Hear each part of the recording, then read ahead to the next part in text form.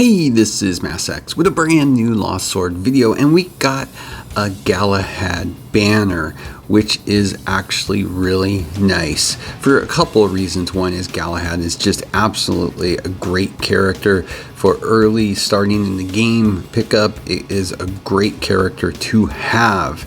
On top of that, this opens up a whole new world for people that possibly are now coming to the game and decide to reroll, because this becomes a very interesting set of banners that you have available to you with not only Galahad now, but also Neo, who is an amazing DPS who's turned out to be absolutely incredible. But this is about Galahad and why you should be going after this character, because usually on these general pool characters, you generally don't go for these banners, but Galahad is a little bit of a different story. Now, as you can see, I have fully gone in on Galahad. I was actually pretty lucky. I had gotten Galahad early on during my rerolls. I was able to get a few dupes, so to max this character out, I actually only needed 3 or 4 more copies, so it was pretty easy. So what is Galahad? Well, Galahad is a knight radiance, okay, but really you want to look at the skill set for the characters. Why is this character special? Well, looking at Lightbringer, the ultimate, all allies damage immunity, become immune to damage, duration 5 seconds. Damage immunity is great, especially if you time it perfectly in some of those boss battles. Really turns out to be very effective and very strong from this character. Effect 2, apply buff. All allies archer class effect, ranged attack 250%, and it's got 20-second duration.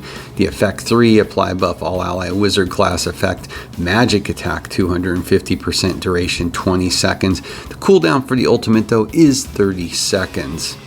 Then we have the Divine Shield, the active, it's for all allies. It's a damage reduction of 20%, lasts 10 seconds with only a 10-second cooldown, so rotates nicely. Then you've got the active pairing, activates when an enemy attempts to apply a debuff. If resisted, it activates upon incapacitation, status effect. Damage dealt, inflict damage equal to 600% of attack, and the target is forward of all enemies. And of course, last but not least, you have the passive Sanctuary with that defense effect of 52% at level 5, which I have it at. Now this character really is, lack of a better word, classified as a knight, but let's be honest, this is a tank, pure and simple. It is there to protect your damage dealers. It leaves lots of options open to you. You can pair Galahad with 3 DPS and a healer. You can put Galahad with 2 frontline tanks, and if you're having a lot of hard content problems, you could go 2 super strong DPS if you got them, 2 tanks and a healer on top of it. There's lots of team combinations you can do when you're trying to push content with this character, which makes it great. You've of course got the basic costume and of course the bunny girl Galahad. Now looking at the equipment, this character, you really want defense. Now I've been very stingy with my equipment, only maxing it and not really pushing any further right now until I get all the characters I want into place, and then I will be hyper focused on equipment. But again, you know how you want to push this character. Defense is going to go a long way with this character. The card, I chose to use her card. Of course, you're getting that 60% defense and healing received at 24%, which is absolutely amazing, as well as that buff, create a shield that blocks damage equal to caster's HP by 200%, which is absolutely sick. Now again, if you don't want to go with this out of the gate, her card, if you don't want to spend that, then you can go ahead and use anything else that's going to give you any sort of real defense. You want to strengthen her up.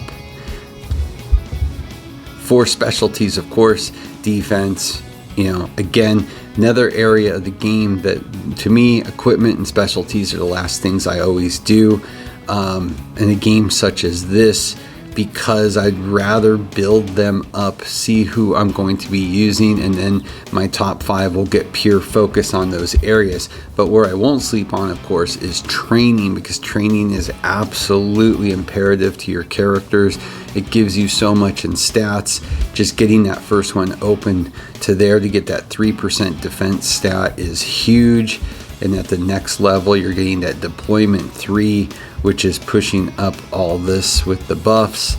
I mean, do not sleep on training. To me, training is your focus, and don't be scared to jump into it.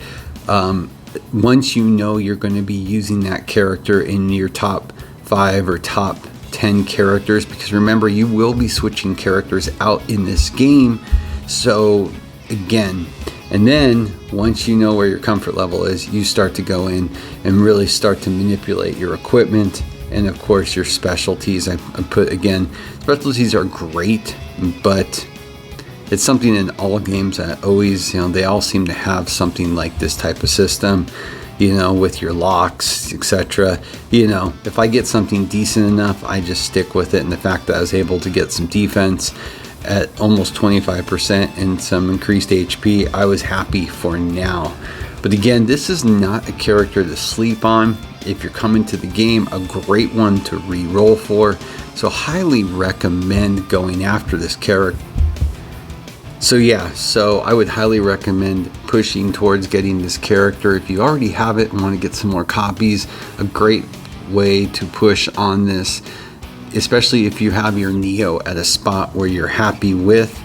And if not, then of course I would probably go back and forth between Neo and Galahad, just getting them up transcended, because they do benefit so much, especially once you get to transcended 3.